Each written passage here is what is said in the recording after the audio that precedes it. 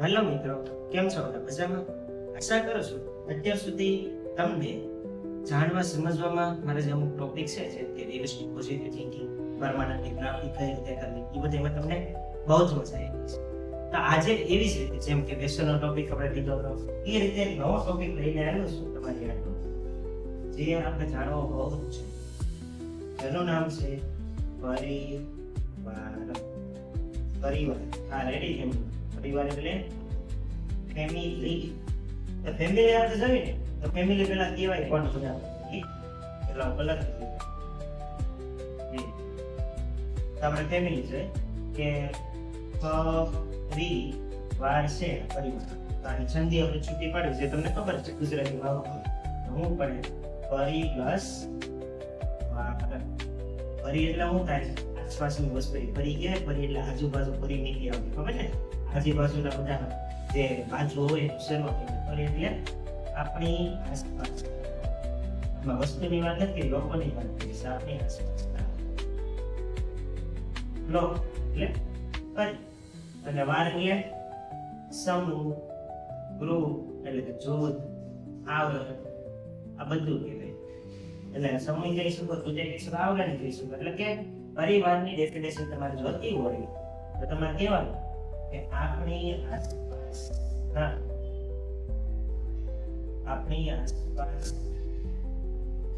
રહેલા લોકો સાથે સંગમ બનાવો. સંગમ બનાવો એટલે મિત્રતા હોઈ શકે, મિત્રતા આ રીતે આપણો પરિવાર બની શકે. એટલે પરિવાર ડેફિનેશન એ જ છે કે આપણે આસપાસના જેટલા પણ લોકો છે, અમુક જન્મ ત્યાં તઈ જ આપણે બનીને આવ્યા છે, અમુક આપણે પછી બને, જન્મ થયા પછી આપણે ફેમિલી બનાવી. અનાજ લોકો તમને ખબર છે કઈ રીતે એને કોઈ ન હોય, એના મમ્મી પપ્પા બીજાને બનાવેલું હોય કે સારા લઈ ગયા હોય, એ રીતે એ બધા મળીને શું બનાવે? પરિવાર. ખબર પડી પરિવારની ડેફિનેશન શું કહેવાય? તો આપણે એક વસ્તુ જોઈએ, કેટલાને કોપી કરતા પડશે.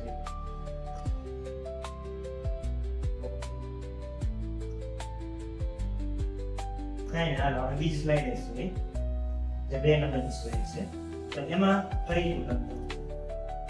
તો આપણે શોર્ટમાં લખી પરિવાર. કેટલા પ્રકારના હોય? 2 પ્રકાર.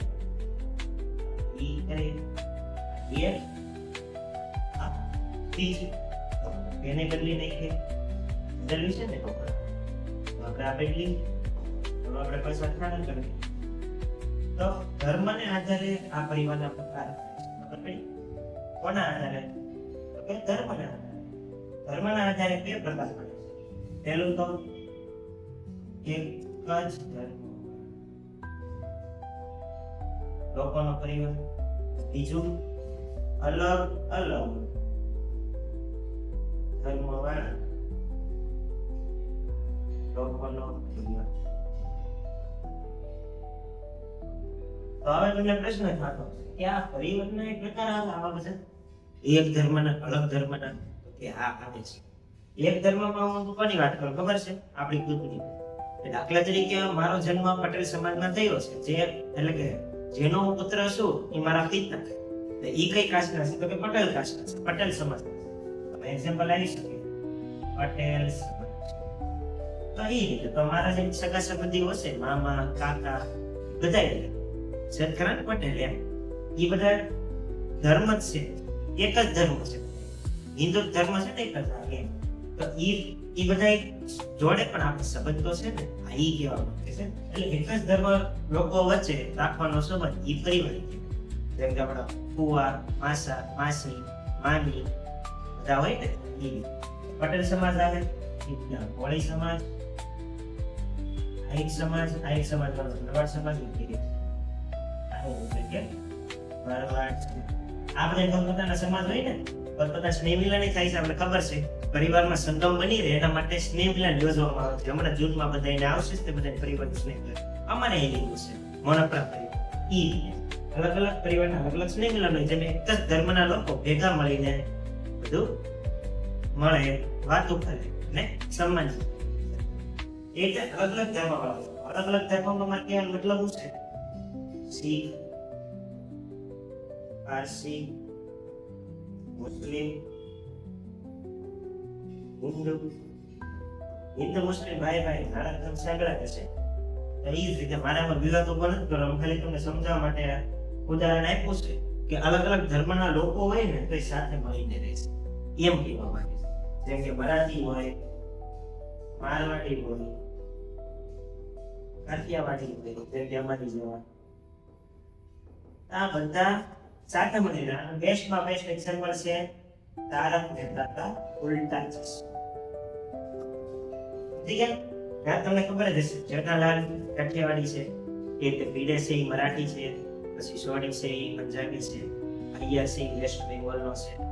એ રીતે અલગ અલગ તો છે ને, અબ્દુલ છે એ મુસ્લિમ છે. એટલે બધા સાથે મળી રહેશે ને, બધા તહેવારનું માન રાખે છે.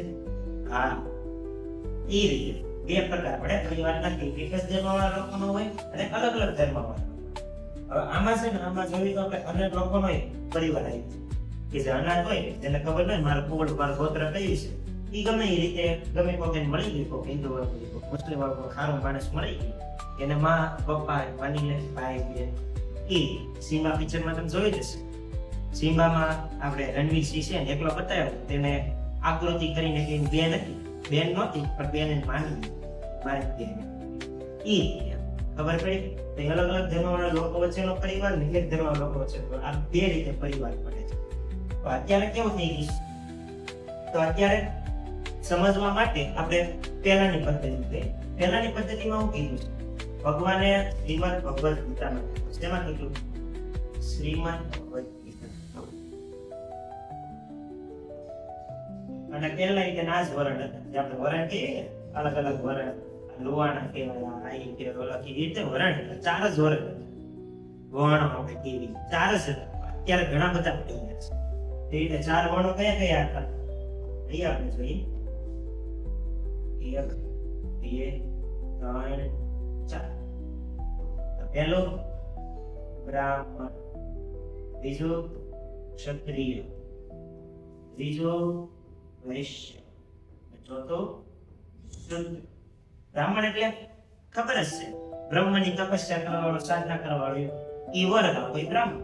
ક્ષત્રિય એટલે જે યુદ્ધ કરવા માટે બનેલો હોય ઈ ક્ષત્રિય. પછી વૈશ્ય એટલે જે બધી વસ્તુનો વ્યાપાર કરતો હોય, જે બધી વસ્તુ વેચવાનું ને ડીલ સાઈન કરવાની, દલાલી કરતો હોય, બજારીમાં જતો હોય, બધા વૈશ્ય. એટલે બધા એના પ્રકૃતિથી એ વ્યક્તિ છે કે વૈશ્યની પ્રકૃતિ. એ રીતે શુદ્ર જે બધી સેવા કરતા હોય, જે આ બધા અલગ અલગ કતલખાનું આપણે કેવી આ બધા કામ કરતા હોય, અમુક લોકો પછી કાંઈક સેવાનું કામ કરતા હોય, મજૂરી આપણે કેવી મજૂરી હોય.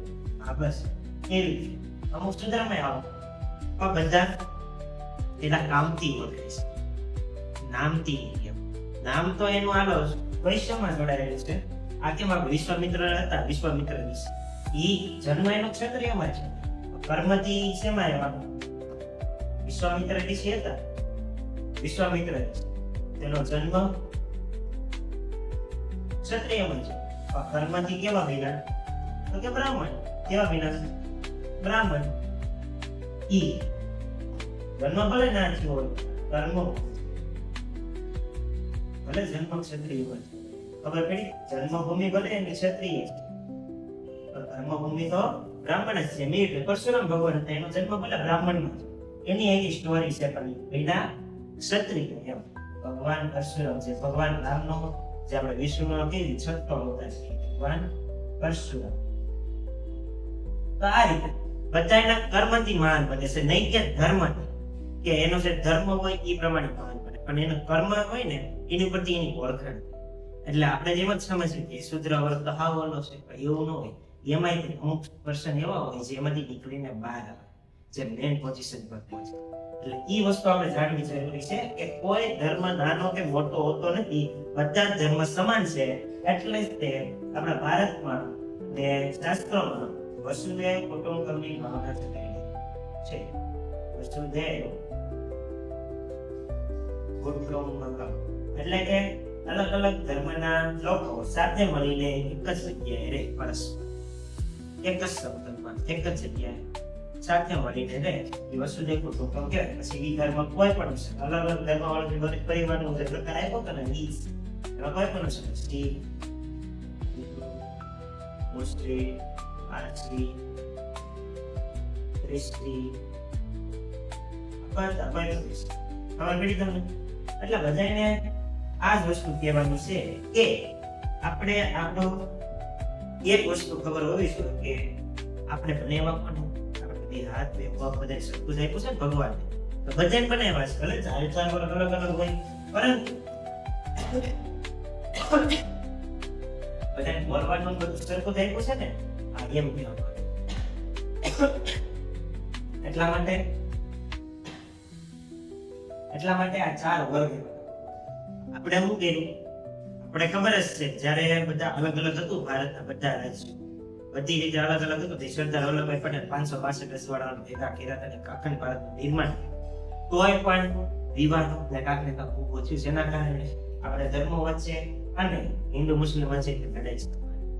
આ વસ્તુ પહેલેથી નહોતી, ધીમે ધીમે બધાને અંદર ને અંદર વિખવાતું હતું, કારણ કે આપણે ખબર છે એકમાંથી બે માણસ બને, આ એક છે, આ એકમાંથી બે બને, બે સંતાન, એક માણસના બે સંતાન છે, એના પાસે બે બને, એના પાસે બે બને, ખબર પડી? એટલે આમ ધીમે ધીમે વસ્તી વધતી છે, અને જેટલી વસ્તી વધે છે એટલું ડિવિઝન એટલે કે જુદાપણું વધતું છે, વિભાજન. પછી આ આપણું ગ્રુપ અલગ થઈ જાય, આ આપણું ગ્રુપ અલગ થઈ જાય, એના છોકરા એ રીતે બે છોકરા છે, અમે બે અમારા નિયમ છે હારી આ પેડો હોય, પછી એના છોકરા પાછું ઘર અલગ થાય, આ અલગ થાય, ત્યાં આ જ ચાલી રહ્યું છે, આ સિસ્ટમ ચાલી રહી છે. છોકરાને જે લગ્નની ઉંમર થઈ જાય પછી ધીમે ધીમે બે ભાઈ હોય અલગ એ રીતે, કારણ કે પછી રહેવાની બધી સુવિધા ને બધું કેવડા માણસો વધી જાય એટલે અલગ કરીને બનાવવું જ પડે, એ રીતે અત્યારે પદ્ધતિ ચાલી રહી છે આપણે. તો પરિવાર કોને કહેવાય કે આ બધા ભલે ગમે એટલા હોય, બધા સાથે મળીને શાંતિથી જીવતા હોય અને એક જગ્યાએ રહેતા હોય, શાંતિથી ભલે અલગ રહેતા હોય વાંધો નહીં, શાંતિથી રહેતા હોય એને આ પરિવાર કહેવાય. ઓલો પરિવાર નો એટલે જ તો પરિવાર સારો પણ ખરાબ પણ સમજ્યા તમે? એ રીતે પરિવારની ડેફિનેશન છે. ત્યાં ભગવાને ઓલી તો આપણે ખબર પડી ગઈ બે પ્રકારના પરિવાર આવે, પરિવાર શું છે ડેફિનેશન, અને આ વર્ણો કયા કયા. તો આપણે એક વસ્તુ જોઈએ,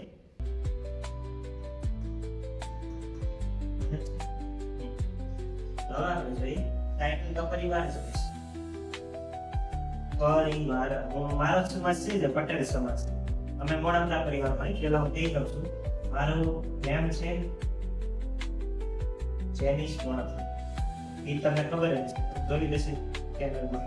હા, નામ પછી જે જિલ્લો આપણે કેવી જિલ્લો છે ભાવનગર,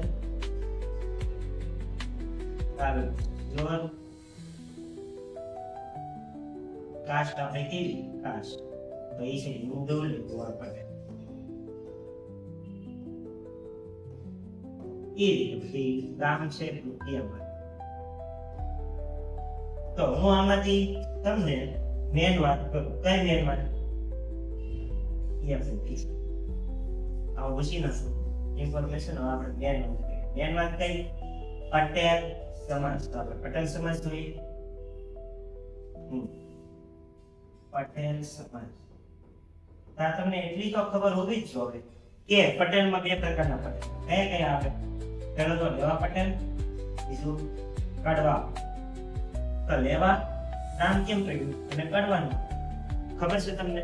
તો હું તમને ઇતિહાસ કહી દઉં. આજે પટેલ લોકો છે બધા એક પ્રકારના ક્ષત્રિય, અને કઈ રીતે નામ પડ્યું ને હમણાં તમને ટાઈમ થઈ જશે. શ્રીરામ હતા ને, શ્રીરામના બે સંતાન તમને ખબર છે, લવ અને કુશ. લવને અલગ રાજ્ય હતું ઉત્તર ભારતની, અને કુશને અલગ બીજું રાજ્ય. તો આ લવ છે, લવના નામ ઉપરથી લેવા પડ્યું અને કુશના નામ ઉપરથી કડવા પડ્યું. લેવામાં પણ ઘણા પ્રકાર આવે, અત્યારે આપણે પડી ગયા ખબર છે ગામના વિસ્તારના, જેમ કે અમુક ગોળકિયા હોય છે, ગોળકિયાની સોરી બોલવાની, અમુક બોલવાડિયા પણ છે,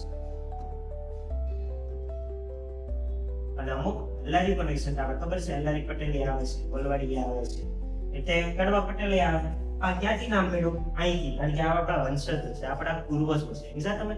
એટલે આપણે એક પ્રકારનો ગર્વ થવો જોઈએ કે આપણો ધર્મ ક્ષત્રિય છે. પછી આપણે હું કામ બધાને કમજોર થઈને જીવી છે.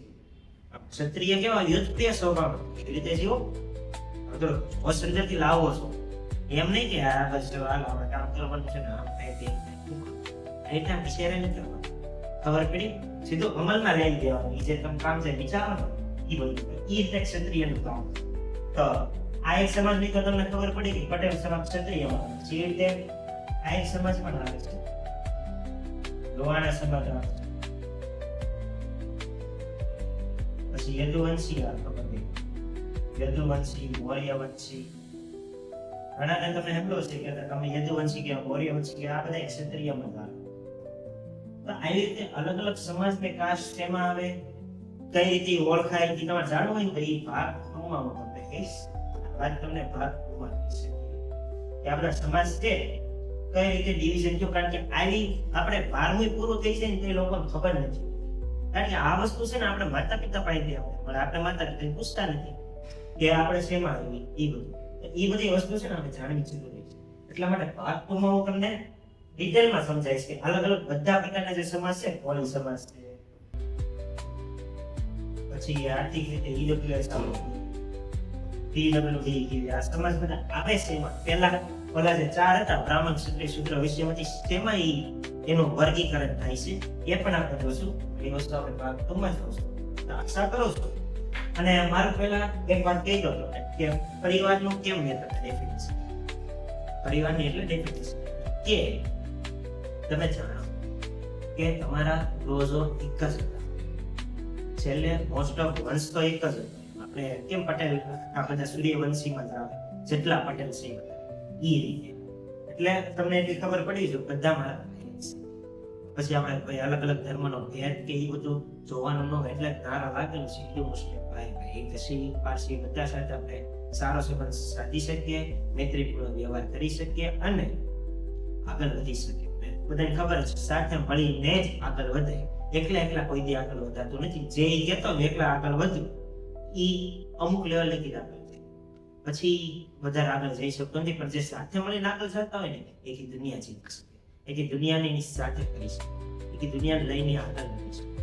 મારો આ જ ગોલ છે કે તમને કીધું છેલ્લે શું હોવું જોઈએ કે બધા લોકો મને સાંભળવા આવે, મારી વાત સમજે અને મને સન્માનિત કરે. એ રીતે આ રીતે આપણો ગોળ હોવો જોઈએ કે આપણે રાખી સંબંધ શેના માટે એવું કામ કે આપણે તેની જરૂર નથી. આપણે એવું વિચારીએ એવું વિચારવાનું નહીં, સાથે મળીને રહેવાનું. મને એટલું જ કહેવું છે. આશા કરું છું તમને પરિવાર વિશે જણાવું. આવી જ રીતે વાત તો છે આપણે એ પણ આપણે લઈશું. પછી એક નવો ટોપિક પણ રહેશે, એ આપણે નેક્સ્ટ વિડીયોમાં ચર્ચા કરશું. ધન્યવાદ તમે એટલા મિનિટ માટે મને સાંભળો શાંતિથી. આભાર તમારો.